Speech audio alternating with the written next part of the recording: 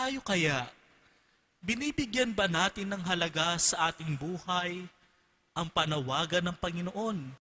patungo sa bagong buhay na inaalok niya sa atin sa pamamagitan ng buhay paglilingkod at buhay kabanalan? Ibig sabihin,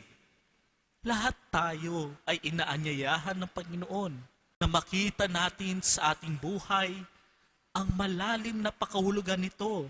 at hanapin natin ang mga bagay na siyang makapagbibigay sa atin ng tunay na kagalakan at kapanatagan ng loob. Tulad ng mga santo at mga banal,